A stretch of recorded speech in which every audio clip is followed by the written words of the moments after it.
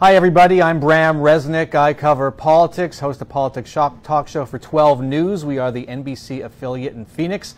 And I've been getting a lot of questions over the last 24 hours or so about all the ballots that are uncounted here in Arizona. So I'd like to answer your questions and also give you an update on what's going on here. Just a few minutes ago, I spoke to the top elections official in Maricopa County.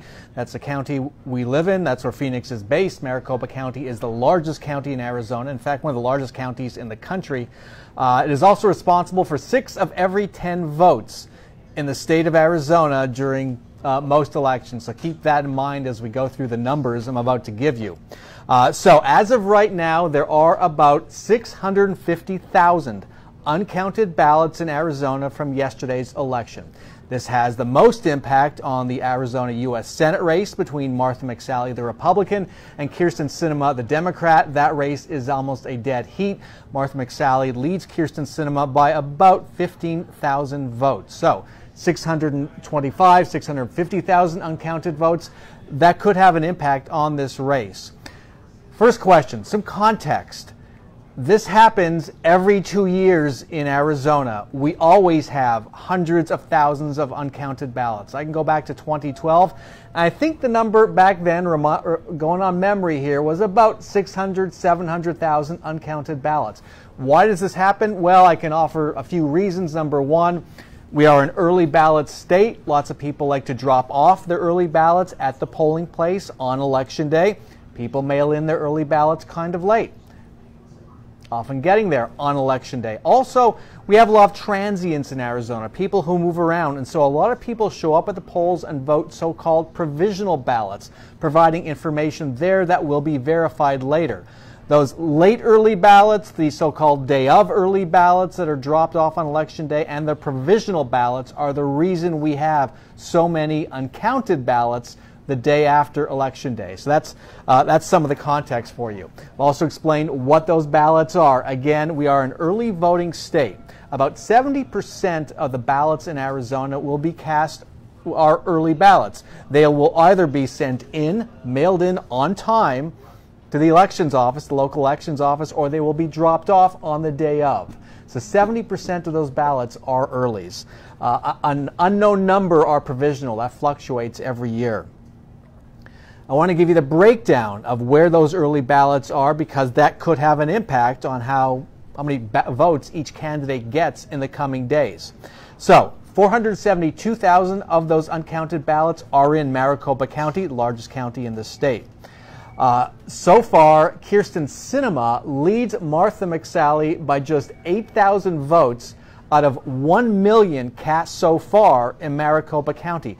Very slender lead. However, keep in mind, Maricopa is a Republican county. What we're seeing as a result of this election is that Maricopa County has gone very purple in the Senate race.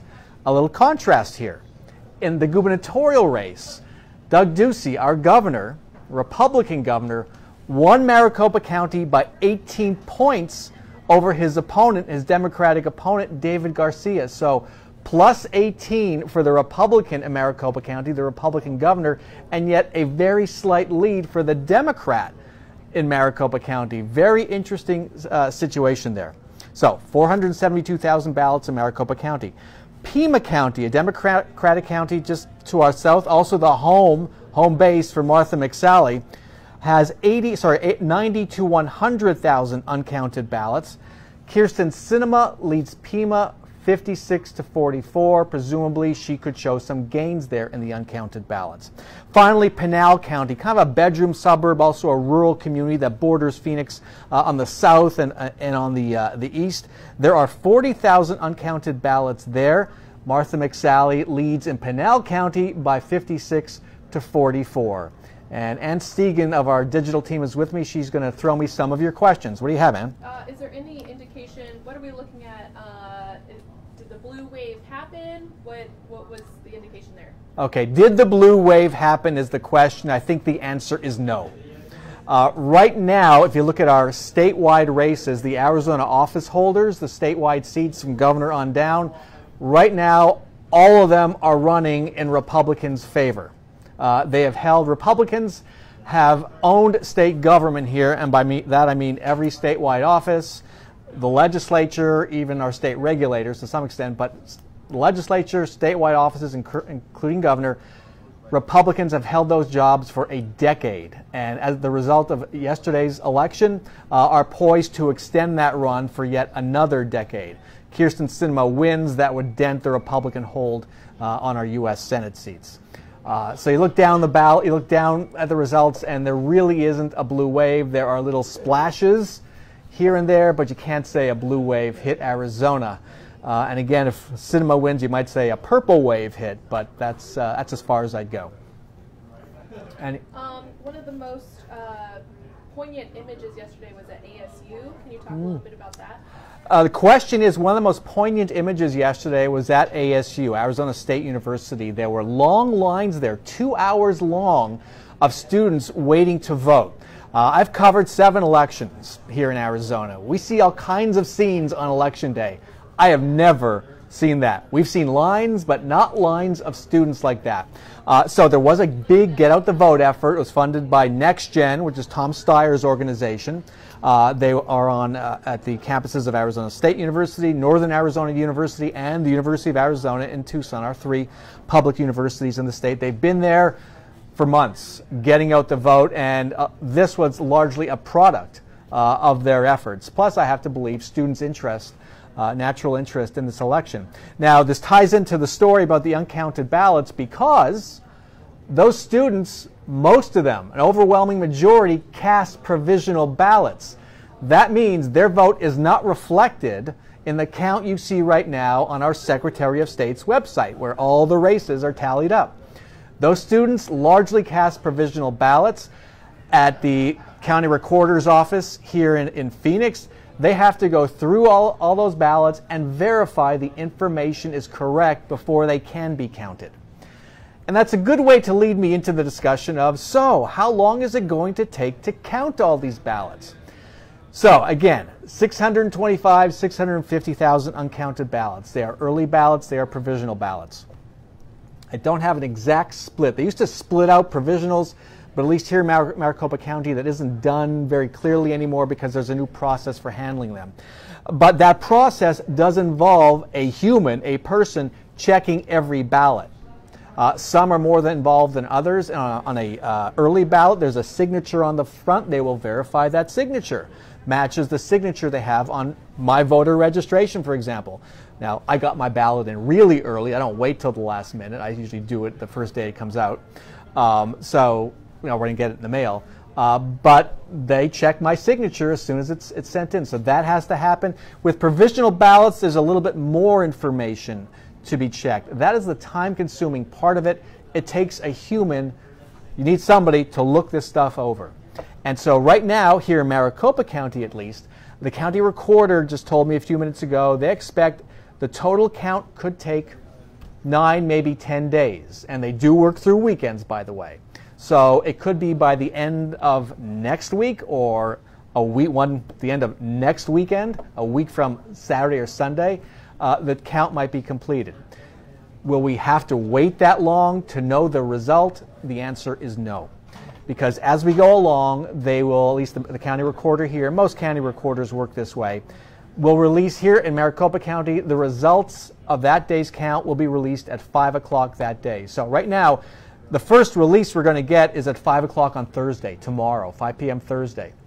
And with each subsequent day, as you get those counts and the candidates' total grows to some extent, math will begin to play a role. You'll do the math on how much their vote totals have grown, how much ballots there are left to count, and at a certain point it becomes mathematically impossible for one of the 2 candidates to win. So chances are we could know by this coming weekend who's going to win the Senate race when all the ballots are counted. It's all math. And that's the case in any race. And again, we see this every 2 years in Arizona. I always warn our folks, our team, my colleagues before every election.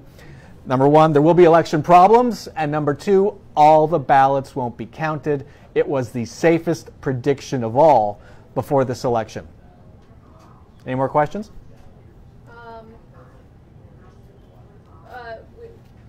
someone mentioned McCain's seat. Can you kind of do a brief overview of what happens there? Sure. Good. Somebody's wondering about Senator John McCain's old seat. Very good question. So Governor Doug Ducey, under Arizona law, appoints somebody to fill the senator seat until the next election. Governor Ducey in September appointed Senator John Kyle, who had retired back in 2012. He appointed Senator John Kyle to fill that seat. Coincidentally, John Kyle was Brett Kavanaugh's Sherpa as he made his way through the Supreme Court hearings. John Kyle left that role behind and became a senator again. And ultimately voted yes on the Brett Kavanaugh confirmation. John Kyle has also let it be known, he's in his late 70s, he was working as a lobbyist largely. He's also let the governor know he's not that interested in staying on past January when the new Senate and new Congress is seated. So it appears our governor has a decision on his hands, and that is to replace appointee John Kyle with another appointee who would serve until 2020, because that is the first date for the next election for John McCain's seat. So we're expecting Doug Ducey, our governor, to appoint somebody to take John Kyle's place till 2020. In 2020, there will be another Senate election in Arizona. Listen closely here, it gets a little complicated. The person who wins that election will serve until 2022, which is when John McCain's term would have expired, his 6-year term would have expired, and there will be another election. And guess what? In 2024, there will be yet another Senate election for whoever wins the U.S. Senate race we're now talking about. So add it up, folks. In 6 years, Arizona, the state of Arizona, is going to have 4 Senate elections. And I can tell you, after the deluge of advertising in this election, which we have never seen before in Arizona, because this is really the first year we've been a battleground state because of this open U.S. Senate seat that Jeff Flake is vacating. If you took a poll of Arizonans right now, they'd say no more Senate elections. We're done with that. We don't want to see the ads anymore. It was a really, really negative race. And? No more questions, but so can you wrap up? So to conclude, again, we have about 650,000 uncounted ballots in the state of Arizona right now, largely concentrated in 3 counties, most of them here in Maricopa County, the largest county in the state, 472,000.